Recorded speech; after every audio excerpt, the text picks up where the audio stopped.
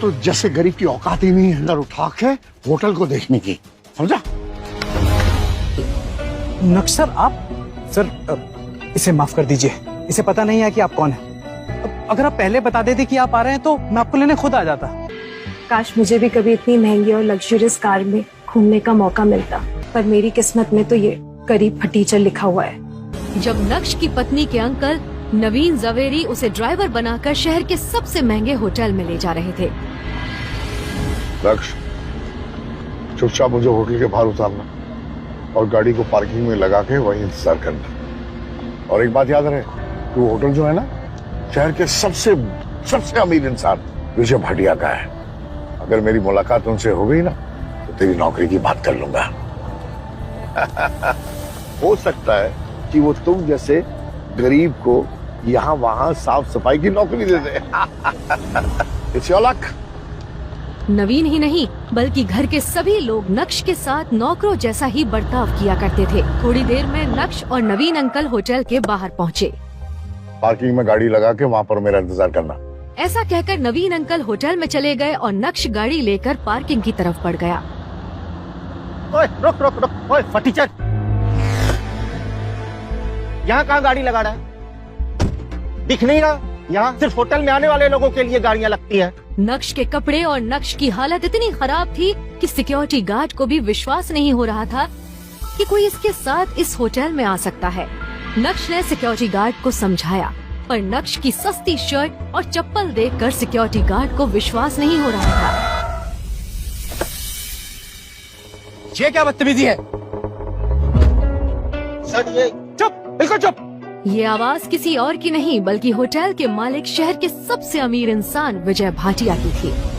नक्श सर, आप सर इसे माफ कर दीजिए, इसे पता नहीं है कि आप कौन हैं। अगर आप पहले बता देते कि आप आ रहे हैं तो मैं आपको लेने खुद आ जाता। ये सब देखकर सिक्योरिटी गार्ड हैरान था कि शहर का सबसे अमीर आदमी इस गरीब को सर क्यों कह रहा है और इसके आगे हाथ क्यों जोड़ रहा है। मैं आपकी कार पार्क कर देता हूँ। अब भाटिया जी थैंक यू, मगर मुझे अभी निकलना होगा। मैं फिर कभी आराम से आपसे मिलने आऊंगा।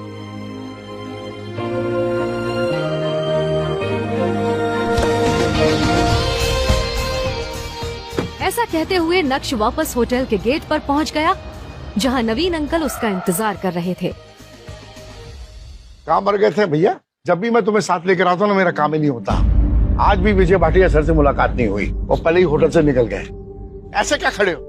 अब चलो घर।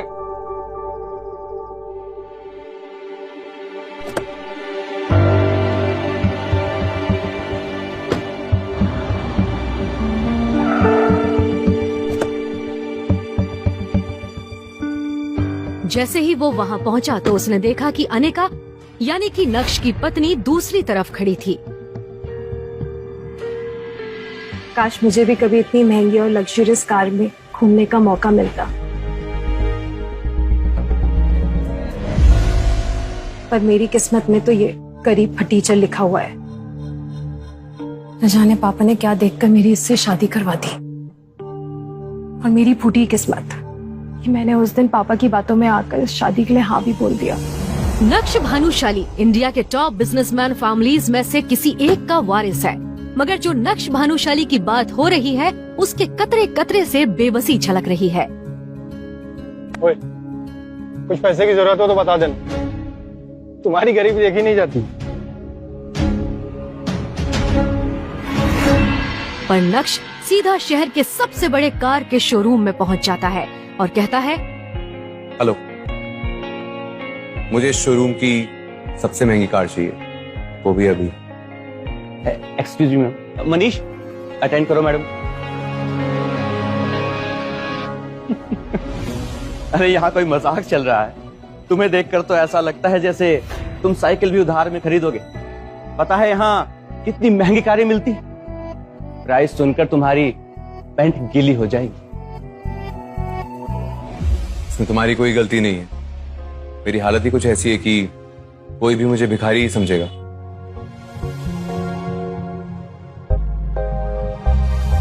ये रहा कार्ड और इस एड्रेस पर वो गाड़ी तुरंत डिलीवर करा देना।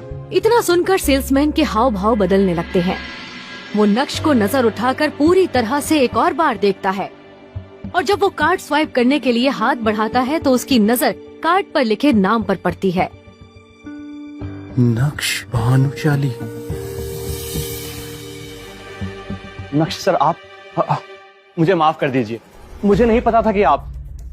I am really sorry. तो आखिर पहचान ही गए तुम मुझे? हाँ, मैं ही हूं, नक्श भानुशाली, भानुशाली इंडस्ट्रीज का मालिक।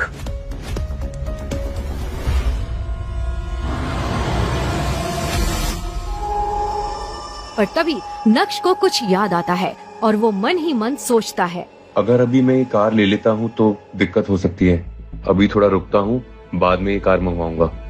सुनो, यस सर। तुम ये कार अभी यहीं रहने दो, मैं तुम्हें कॉल करके बताऊंगा कि कब और कहाँ लानी है। जी सर। और इतना कहकर नक्श वहाँ से चला जाता है। आखिर में कौन था ये नक्श भानुशाली और क्यों वो इतनी सिंपल जिंदगी जी रहा था? क्या होगा जब अनिका को पता चलेगा नक्श की सच्चाई का? आखिर क्यों कराई अनिका के पापा ने नक्श से उसकी शादी और क्या वो जानते थे नक्श की सच्चाई? खैर, इन सवालों के जवाब आगे मिलेंगे आपको। कार के शोरूम से नक्श जैसे ही बाहर पहुंचा तो उसे मोबाइल स्क्रीन पर दिखा भाग्या का फोन था। उसे देखते ही नक्श के सारे सपने छूमंतर हो गए। भाग्या नक्श की बीवी अनिका की कजिन थी जो हमेशा नक्श को नीचा दिखाने की कोशिश करती थी। हेलो, क्या बात है जीजा जी, फोन उठाने में इतनी देर लग गई। मेरे फ्री जीजा जी कहीं बिजी थे क्या? नहीं भाग्या, वो मैं। खैर वो सब छोड़ो, मुझे ना एक काम था। मुझे चीज पेस्ट्री खाने का बहुत मन कर रहा है, तो ग्लोबल बेकरी जाइए और मेरे लिए पेस्ट्री लेकर आइए। और हाँ, उसे छूने की जरूरत भी मत करना, बहुत कॉस्टली होती है वो पेस्ट्री। भाग्या, मुझे बैंक जाना था और। मेरे प्यारे जीजा जी, ये बैंक वैंक का बहाना ना किसी और को देना। पलना तो वैसे भी आपको हमारे ही टुकड़ों पे है ना? तो बहाना वहाना छोड़िए और जाइए मेरे लिए पेस्ट्री लेकर आइए। और हाँ, मैं फिर से कह रही हूँ, उसे छूने की हिम्मत भी मत करना और बॉक्स तो बिल्कुल मत खोलना। 1 घंटे के अंदर अंदर मेरे घर आइए पेस्ट्री लेकर, ठीक है? बाय। खैर, नक्श ग्लोबल बेकरी पहुंचा, पेस्ट्री ली और वापस घर आ गया। लेकिन यहाँ तो नक्श के लिए एक नई मुसीबत इंतजार कर रही थी। वो जैसे ही घर में घुसा, उसने सामने देखा तो उसकी सास चित्रा अपनी कुछ सहेलियों के साथ रमी पार्टी में व्यस्त थी। तभी चित्रा जी की एक सहेली ने अपने चश्मे की तरफ देखकर कहा, चित्रा, देखना, तेरे यहाँ आते वक्त मेरे चश्मे का ग्लास निकल गया और अब मुझे देखने में भी दिक्कत हो रही है। तो इसमें टेंशन लेने की क्या बात है? तू पार्टी एंजॉय कर, मैं किसी सर्वेंट से बोलकर ठीक करवा देती हूँ। अरे नहीं, ये चश्मा इम्पोर्टेड है, पूरे 2 लाख का लिया था मैंने और मैं किसी नौकर पे भरोसा नहीं कर सकती। वैसे भी कभी मैंने टूटा हुआ चश्मा आज तक नहीं पहना है, पर क्या करूँ, घर भी तो जाना है वापस और मुझे देखने में भी दिक्कत हो रही है। सो नक्श उस तरफ से निकला ही था जब चित्रा जी की नजर उस पर पड़ी। नौकर नहीं, बस नौकर से थोड़ा ऊपर। वो तेरा काम अच्छे से करवा देगा, तुझे चिंता करने की कोई जरूरत नहीं। अरे सुनो नक्श। उन्होंने नक्श को पुकारा। नक्श ने जैसे ही चित्रा की आवाज सुनी वो ठिठक गया। वो समझ गया कि अब कोई ना कोई नया बवाल होने वाला है। नक्श, यहाँ।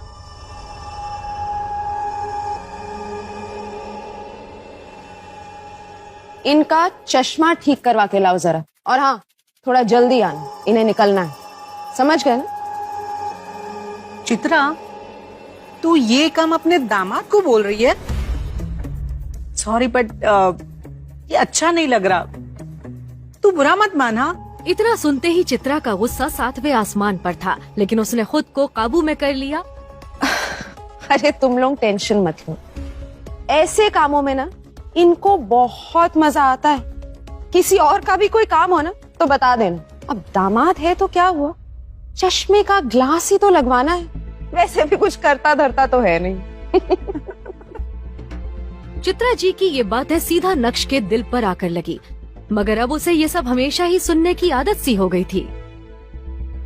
मगर अभी मैं। बहस नहीं, जल्दी से काम करके आओ, जबान ज्यादा चलने लगी है तुम्हारी।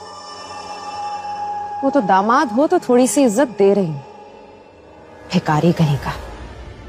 पता नहीं अनिका भी अपने नसीब में क्या लिखवा कर आई है जो उसे ऐसा निठल्ला पति मिला है।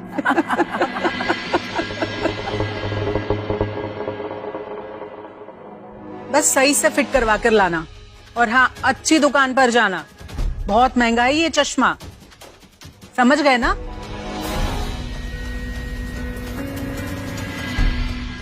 नक्श सर झुकाए उस चश्मे की तरफ देखने लगा। उसे जाते देख चित्रा की दूसरी सहेलियों ने भी अपने अपने काम पकड़ा दिए।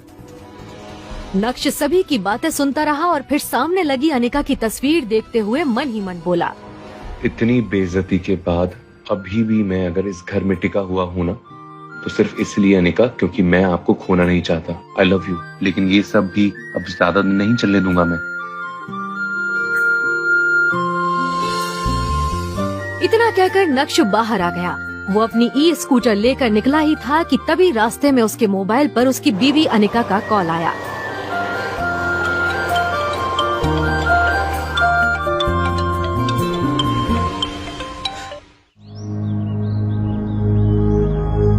हेलो। अच्छा सुनो, क्या आज आप मेरे ऑफिस आ सकते हैं? कुछ काम था अर्जुन। हाँ, मैं अभी आता हूँ। अनिका की ये बात सुनकर नक्श के होठों पर एक स्माइल आ गई और उसके पूरे दिन की टेंशन जैसे गायब ही हो गई। आज पहली बार अनिका ने उसे ऑफिस बुलाया था। वो ही थी उसकी जिंदगी में जिसकी मुस्कुराहट देखकर वो खुद को जिंदा रखता था। अनिका का चेहरा देखे बिना नक्श को चैन नहीं आता था और उसके बस में होता तो अनिका की हर एक खुशी के लिए खुद को लाख बार कुर्बान कर देता। रास्ते में नक्श को मोहनलाल स्वीट्स दिखा, जहाँ की जलेबियां अनिका को बचपन से ही बहुत पसंद थी। कुछ सोचकर नक्श ने स्कूटर रोकी और अपना पर्स निकालकर देखने लगा। उसमें सिर्फ 200 का एक नोट पड़ा हुआ था। ओहो, 2 ही जोड़ी कपड़े हैं मेरे पास। सोचा था टी शर्ट खरीद लूंगा, लेकिन कोई बात नहीं, अनिका से बढ़कर कुछ नहीं, उसकी पसंद की जलेबी ले लेता हूँ, वो बहुत खुश होगी। जैसे ही नक्श वापस मुड़ा तो उसे अपनी सास के दिए हुए काम याद आए। उसने एक नजर घूरकर उस चश्मे की तरफ देखा और कहा, सॉरी आंटीज और सासू माँ, आपके चरणों को प्रणाम, लेकिन मेरे लिए अनिका से बढ़कर कुछ नहीं, आपसे थोड़ा सुन ही लेंगे। इतना कहकर नक्श ने वो चश्मा फेंक दिया। आज वो पहली बार अनिका के ऑफिस जा रहा था। ये सोचकर आज वो फूला नहीं समा रहा था कि वहाँ उसका अच्छे से स्वागत होगा।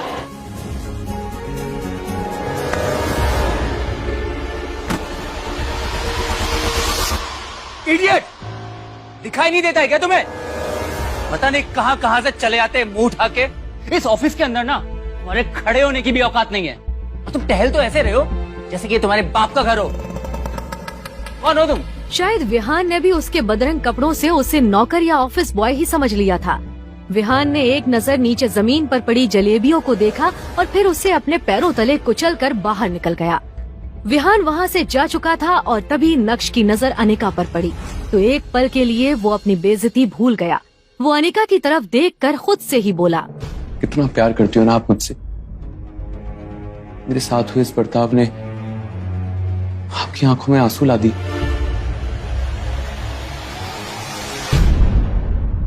कोई नहीं अनिका, ये वक्त बदल जाएगा, देखना तुम।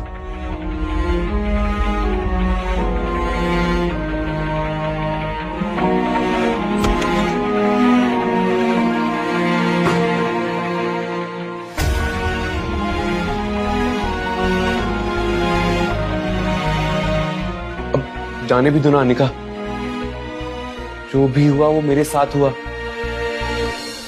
और उसमें आपको इतना टेंशन लेने की जरूरत नहीं। जो बीत गई वो बात गई, समझ रही हो तुम? दूर हटिए, चले क्यों नहीं जाते आप मेरी जिंदगी से? नर्क बना रखा है आपने मेरी जिंदगी को। पति नहीं, मेरे पापों की सजा है आप मेरे लिए। आखिर आप चाहते क्या है?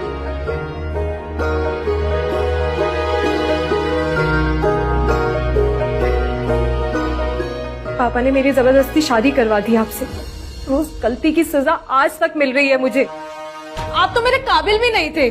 आपको ना अपना पति कहते हुए मुझे शर्म आती है। आज ड्राइवर नहीं था तो मैंने आपको इसलिए बुलाया, लेकिन मुझे नहीं पता था कि आप इतने काम के भी लायक नहीं है। यहाँ आके आपने मेरे इतने पुराने बिजनेस पार्टनर मिस्टर विहान तक को नाराज कर दिया। जहां जाती हूं मैं, आप मुझे बेइज्जती के सिवाय और कुछ नहीं दे सकते। सिर्फ एक बदनुमा धब्बा बनकर रह गए हो आप मेरी जिंदगी पर।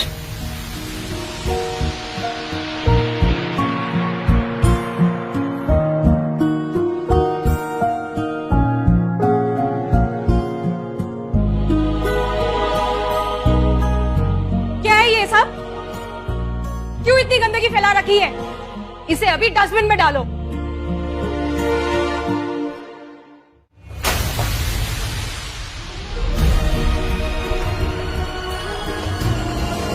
विहान अपनी कार में पहले से ही बैठकर अनिका का इंतजार कर रहा था। फिर नक्श के सामने ही अनिका अपने बिजनेस पार्टनर विहान की कार में बैठी और बिजनेस के सिलसिले में वहां से जा चुकी थी। नक्श ने एक नजर अपनी खराब ई स्कूटर की तरफ देखा। वहीं खटारा ई स्कूटर जो अब नक्श की जिंदगी का हिस्सा बन चुकी थी। आंखों में आंसू लिए नक्श खुद से ही बोला, कोई बात नहीं अनिका, मुझे पता है कि आप गलत नहीं हैं, बस मेरे हालात गलत हैं। मुझे यकीन है कि एक न एक दिन आप मुझे जरूर समझोगी। मैं आपको दुनिया की सारी खुशियां ला कर दूंगा। आप सिर्फ मेरी हो, इस बात का एहसास होगा आपको। रात काफी हो गई थी, वो दुखी था। तभी अचानक ही नक्श का मोबाइल बज उठा।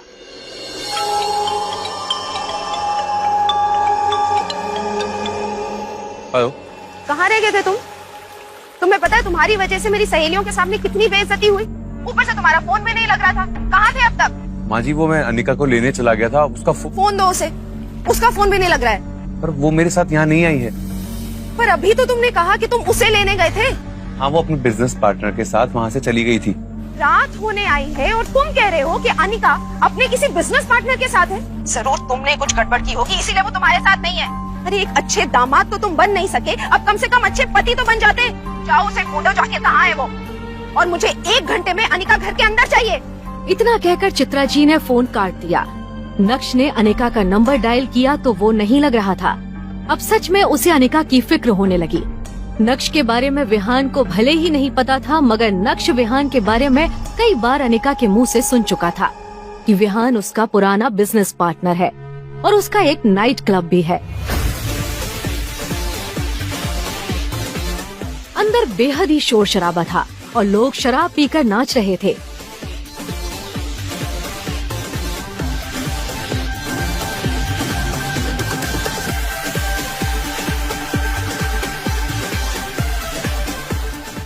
नक्श ने चारों तरफ नजर दौड़ाई, मगर अनिका उसे कहीं भी नजर नहीं आई।